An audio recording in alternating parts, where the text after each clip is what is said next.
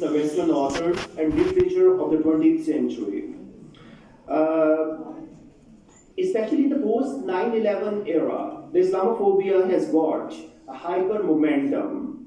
And we can see this hyper momentum, especially in there is a Google Books corpus. The Google has also a very big plan to make the OCRs of all the existing books in the world, even that's from the very old time, from 12, 13, 14th centuries, even the handwritten books, they are being OCR'd. And in that Google Books corpus, we can see the empirical evidence of this rising Islamophobia, especially in especially in Western literature and in European literature, where we can see that there is almost 10,000 times increase in the rhetoric of Islamophobia in the post 9/11 times. 10,000 times in English fiction only.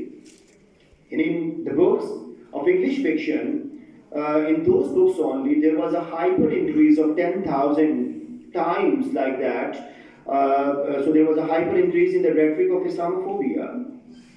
So Islamophobia is a politically and ideologically powerful concept for the structuring and strengthening of Islamic subjectivities across the literary genres, where the images of Islam and Muslims in the early modern English literature, they evolved around the themes of medieval Saracens, autocrat caliphs, frail monarchs, lustful princes, and filthy Bedouins, mysterious travelers, Moors, Turks, Persians, and harems. The modern English literature portrays the themes of faith, fundamentalism, Islam as a threat to the West, multiculturalism and Islamophobia, Islamophobia and the politics of modern cartographies, and Islamophobia and the globalization, etc., especially Peter Murray in his book, Islamophobia and the Advent of Novel, he refers to all these themes which are over there, especially in this Islamophobic perspectives. So it's evident from the works of the Don DeLillo's Falling Man that is pivotal in understanding the current trends in literary representations of Islamophobia. Then John Updike's Terrorist. There is also one of the very key work where the Islamophobic elements have been incorporated in the contemporary English literature. The intellectual father of modern Islamophobia and the chief ideologue of the post 9/11 politics of hate towards Islam and Muslims is British-American historian Bernard Lewis. His legacy of anti-Muslim rhetoric becomes manifest in the post 9/11 works of many literary figures, including the novelists, dramatists, travel writers, and in the biographies and the autobiographies of so many literary figures. So we can see this kind of anti-Islam, anti-Muslim rhetoric in the post 9/11, especially in the contemporary English literature. And it has also become a kind of industry. I would call it Islamophobic.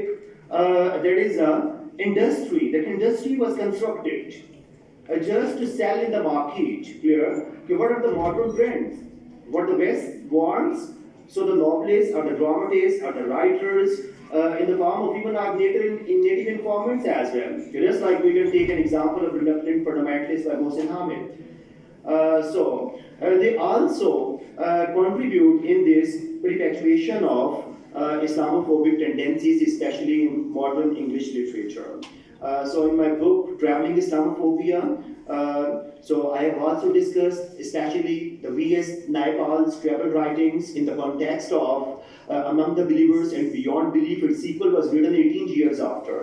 Yeah? And then there are so many Islamophobic representations are over there, and there is some kind of appropriation, there is some kind of you can say resistance, or there is some kind of justification of these Islamophobic representations in its travelogues. Especially the travel writings of V.S. Naipaul and such writers, so they have got their place in the Western academia, and they are considered as an authority on Islam. As Dr. Saab was saying, Dr. Iqbal Saab was saying, it is a kind of, they are considered as authority and they don't know even the basics of Islam. They don't know about the basic tenets of Islam. But they claim about Islam and they are considered as authority in the Islam, in the Western world, those Orientalists. So my thesis remains over here in this book as well. These all the so-called the authorities on Islam, so their works should be deconstructed, and there should be some kind of refutation, and we must challenge, especially from the periphery, their works in order to show that this Islamophobic there is a representation. So these are the part of a long-lasting chronics which exist from the centuries long.